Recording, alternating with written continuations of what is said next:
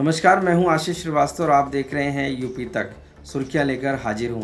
आज हम चर्चा करेंगे, सबसे बड़ी 15 अगस्त है, इंडिपेंडेंस डे है और कहीं ना कहीं सबसे बड़ी बात है कि सीएम योगी आदित्यनाथ झंडारोहण कर रहे हैं, अखिलेश यादव कर रहे हैं और कांग्रेस पार्टी अपने अपने पार्टी ऑफिस में झंडारोहण कर ली, भले ही वो राजनीति का पार्ट हो। लेकिन आज उत्तर प्रदेश में अलग अलग जो यूपीएसटीएफ है उसको अवार्ड दिया जा रहा है, गैलेंट्री अवार्ड दिया जा रहा है, जिसमें दीपक सिंह हैं, एडिशनल एसपी उनको दिया जा रहा है। इसके साथ साथ डीके शाही हैं, वो एक मुख्य रूप से तैनात है, उनको दिया जा रहा है, क्योंकि ये वो लोग हैं जिन्होंने एक महत्वपूर्ण एनकाउंटर किए हैं उत्तर प्रदेश में और अपराधियों का नाश किया। जैसे योगी आदित्यनाथ की सरकार है और एनकाउंटर को ज़्यादा कहीं ना कहीं अपराधियों के खिलाफ खड़ी रहती है, तो इस वजह से भी ये माना जाता है कि कहीं ना कहीं इन लोगों को, यानी कि जो दीपक सिंह हैं या डीके शाही हैं, इन सभी को एक गैलेंट्री अवार्ड भी मिल रहा है। इसके अलावा कई और लोग हैं, तकरीबन 8 से 10 लोग, जिनको यह अवार्ड मिल रहा है और हर साल 15 अगस्त पर ऐसा अवार्ड उनकी कार्यक्षमता के लिए दिया जाता है। सीएम योगी आदित्यनाथ भी इस दौरान इस अवार्ड में मौजूद रहेंगे और कई लोगों को इसको अवार्ड भी देंगे। दूसरी खबर पर चर्चा करते हैं, जो राजनीति की सबसे बड़ी खबर बनी है।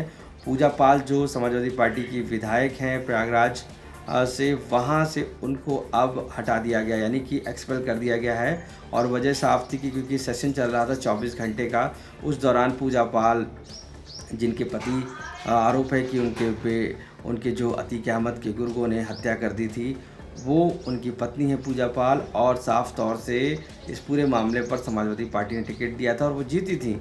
लेकिन अब उन्होंने सेशन में जब ये विधायकों की जब बोलने का मौका आया, तब उन्होंने तारीफ़ कर दी सीएम योगी आदित्यनाथ की और कहा कि अतीक अहमद का पूरी तरीके से जो माफिया था उसका विनाश कर दिया।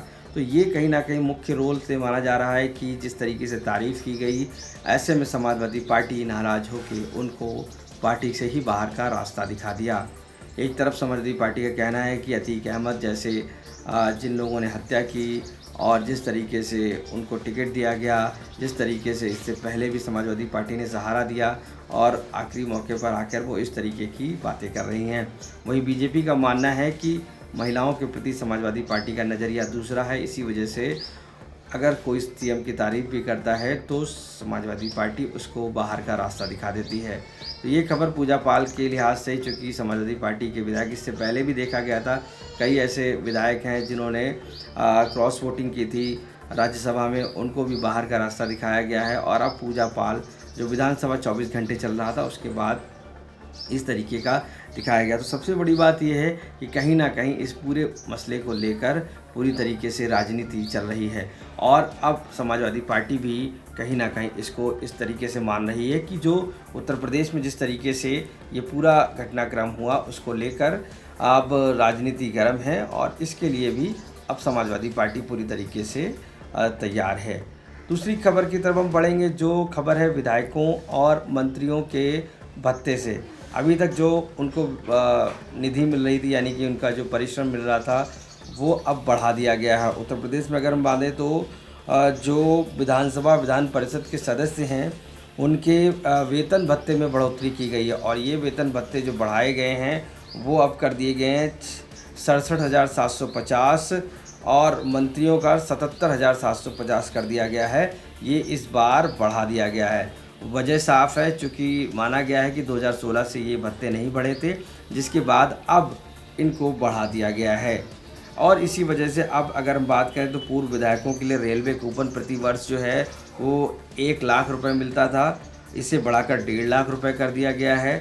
इसके साथ साथ रेल और हवाई जहाज़ के लिए 50,000 रुपये मिलता था, उसे निजी वाहन पेट्रोल डीजल के लिए 1 लाख रुपए नगद ले सकते हैं और अगर बाद में ये बच जाते हैं तो ये भी परिवर्तन कर इसे समय पर कुल 105 करोड़ 63 लाख रुपए का वार्षिक बोझा भी आएगा इससे, ये भी माना जा रहा है। तो हर विधायक अगर माने तो प्रति माह मिलने वाला वेतन 35,000 और निर्वाचन क्षेत्र भत्ता 75,000, 2,000 रुपये जन सेवा दैनिक भत्ता, इसके अलावा सचिव भत्ता 30,000, चिकित्सा भत्ता 45,000, दैनिक सत्र भत्ता 2,500 और टेलीफोन भत्ता 9,000, इस तरीके से मिलेगा। तो अब इस बार विधानसभा में विधायक और विधान परिषदों के सभी का जो भत्ता है वो बढ़ा दिया गया है और उनको ये पूरी तरीके से जानकारी दी गई है। 2016 के बाद इस तरीके से किया गया है।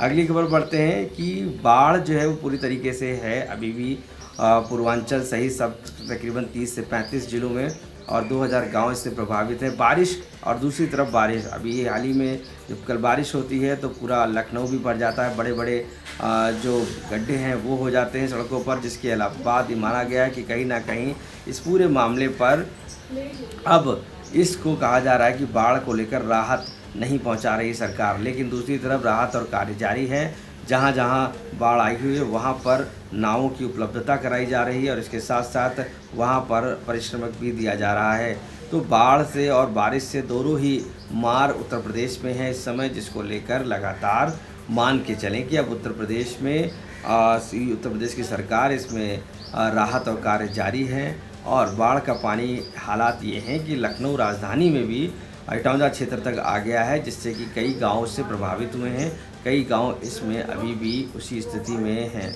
तो कहीं ना कहीं इस तरीके की जो खबरें हैं वो उत्तर प्रदेश के लिहाज से भी।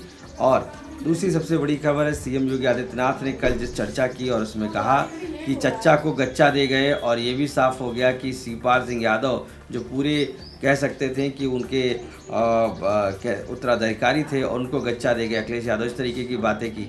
तो सीएम ने साफ कहा। उसके बाद समाजवादी पार्टी ने रिप्लाई भी किया अखिलेश यादव चीफ ने और ये कहा कि हाँ वो हमारे चाचा हैं, हम उनसे बात कर लेंगे। और कहीं ना कहीं इस पूरे मामले को लेकर राजनीति भी होती है। दूसरी तरफ गायों को लेकर बात हुई तो सीएम योगी आदित्यनाथ ने कहा कि गायें को लेकर जिस तरीके से समाजवादी पार्टी ने किया उनको माफ़ नहीं किया जाएगा और उनके ऊपर बहुत बड़ा पाप लगेगा। अखिलेश यादव ने साफ किया कि पाप तो उनको लगेगा कि सांड भी सड़कों पर हैं और उनसे भी कई लोगों की मौत हुई हैं, जिससे कि ये प्रभाव डालता है, तो माफ़ तो उनको भी नहीं किया जाएगा। और दूसरी बात जो कुंभ में जो मौतें हुई जिसका आंकड़ा छुपाया गया उसको लेकर भी कहीं ना कहीं उत्तर प्रदेश की सरकार को घेरा गया और कहा गया कि आखिर वो भी लोग माफ़ नहीं करेंगे जिनकी मौतें हो गई हैं इसमें।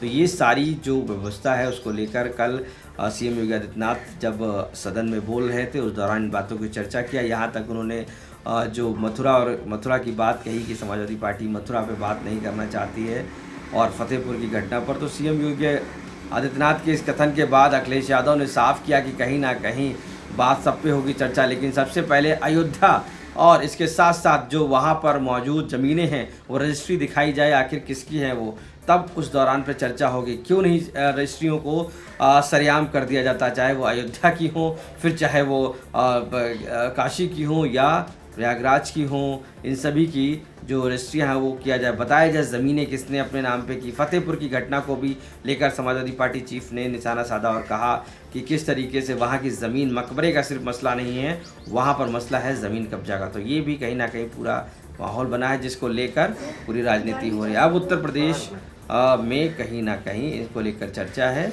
और इसी तरीके की खबरें हैं।